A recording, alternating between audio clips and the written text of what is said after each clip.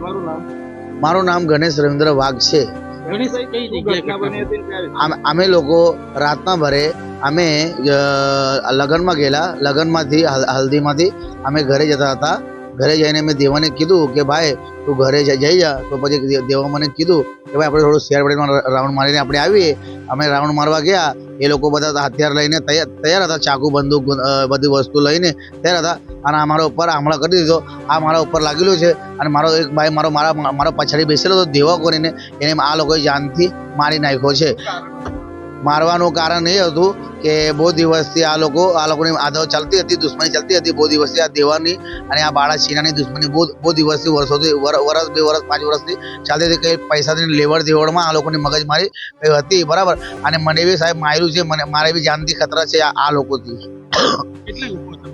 આ 25-30 જણા હતા, 15-20 જણા આ લોકો હતા। 20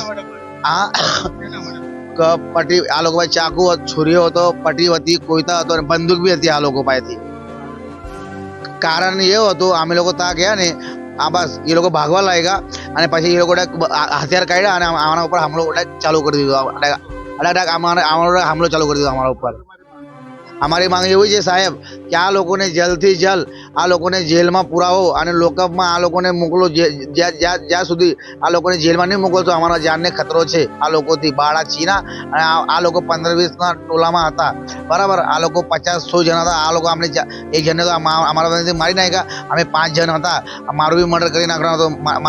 મને બી જાનથી ખતરો છે। આ લોકો બહાર રહેશે તો મને બી જાનનો ખતરો છે।